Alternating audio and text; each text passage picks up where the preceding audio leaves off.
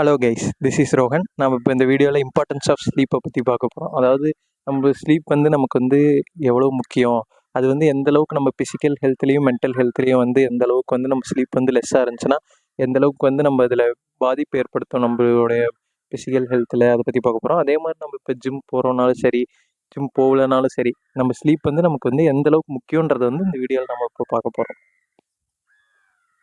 First என்னோட question என்னென்னா, do we all have proper sleep? அதாவது நமக்கு எல்லாருக்கும் ப்ராப்பர் ஸ்லீப் இருக்கான்னு நம்ம கேட்ட உடனே நமக்கு எல்லோரும் என்ன நினைப்போன்னா, நான் நல்லா தூங்கிட்டு தானே இருக்கேன் அப்படின்னு நினைப்போம். ஆனால் ப்ராப்பர் ஸ்லீப்லாம் என்னன்னு பார்த்தோன்னா, ஒரு 7 to 8 ஹவர்ஸ் ஆஃப் ஸ்லீப் இருக்கணும். நம்ம ஸ்லீப்பு முடித்து எந்திரிச்சு ஒரு 1/2 hour கழித்து நம்ம பார்க்கும்போது நம்ம ஃபுல் பிரைட்டாக இருக்கணும். அதாவது நமக்கு வேறு எதுவும் ரொம்ப டிசீனஸாக இருக்கக்கூடாது, எதுவும் இருக்கக்கூடாது. அதே மாதிரி பார்த்தோன்னா, அந்த டேவே ஒரு மாதிரி கம்ப்ளீட்டாக போகணுமே தவிர ரொம்ப டிசீனஸ்லாம் இருக்கக்கூடாது. அதுதான் ப்ராப்பர் ஸ்லீப். இப்போ எத்தனை பேர் சொல்லுங்கள், நான் இதை ஃபஸ்ட்டு இந்த கேள்வி டூ யூ ஹேவ் ப்ராப்பர் ஸ்லீப்னப்போ மோஸ்ட்லி எல்லாருமே நான் நல்லா தானே தூங்கிட்டு இருக்கேன் அப்படின்னு நினச்சிருப்பீங்க.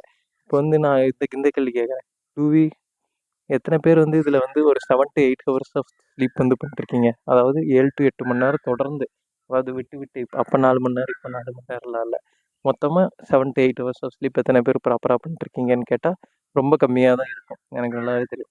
இப்போ நம்ம ஜிம் போனாலும் சரி, ஜிம் போகலைனாலும் சரி, அதாவது சும்மா சின்ன physical activities or home workouts எது பண்ணாலும் சரி, நம்ம இப்போ ஜிம் போனாலும் சரி, இல்லைனா ஹோம் ஒர்க் அவுட்ஸ் ஏதாவது பண்ணாலும் சரி, நம்மளோட மசில் கெயின்காக பண்ணுவோம், அப்புறம் ஃபேட் லாஸ்க்காக பண்ணுவோம்.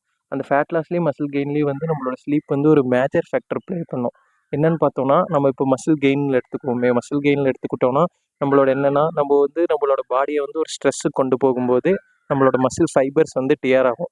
அந்த மசில் ஃபைபர்ஸ் டியர் ஆகிறத ரெக்கவர் பண்ணுறதுக்காக ப்ரோட்டீன் நம்ம சாப்பிடும்போது அந்த மசில் ஃபைபர்ஸ் திருப்பி டியர் ஆகிறது ரெக்கவர் ஆகும்.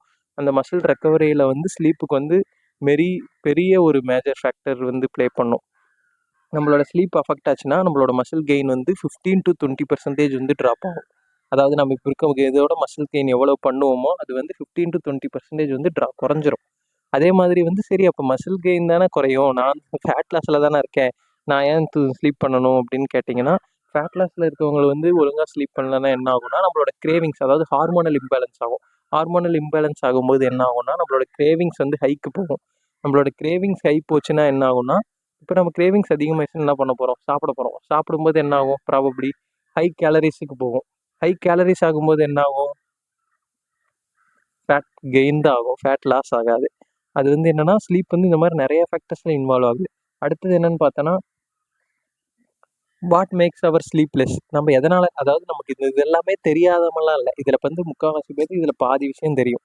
அதாவது மசில் ஸ்லீப் ரொம்ப நல்லது, இதெல்லாம் எல்லாத்துக்கும் தெரியும். டிசீனஸ் எல்லாமே போகும் ஸ்லீப் பண்ணலன்னா, அது எல்லாமே தெரியும். ஆனால் எதனால் நம்ம கம்மியாக தூங்கிட்டு இருக்கோம்? நம்ம இது அவேர் ஆகாமல் இருக்குமான்னு கேட்டால் அவேர் ஆகாமலாம் இல்லை, மோஸ்ட்லி எல்லாத்துக்குமே தெரியும்.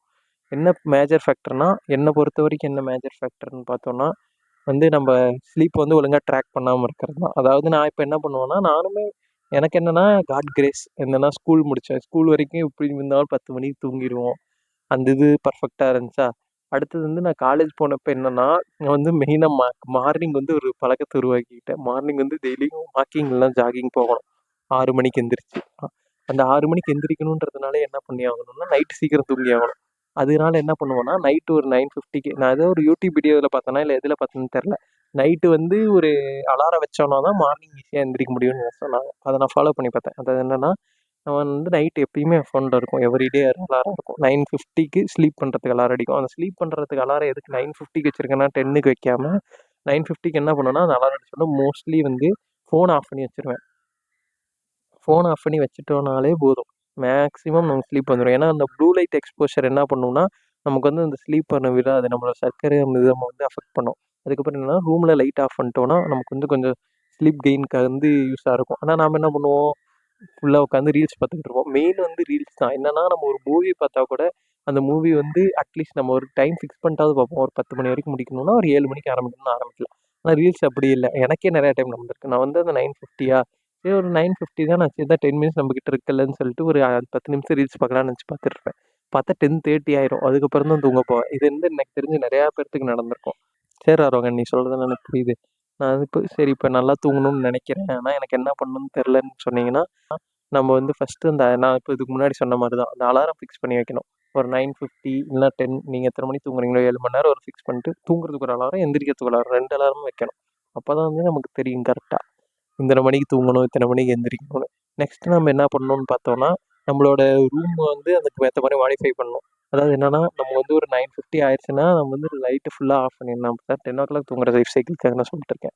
இந்த லைட் ஃபுல்லாக ஆஃப் பண்ணிடணும், சைலண்ட்டாக இருக்கணும் ரூமு.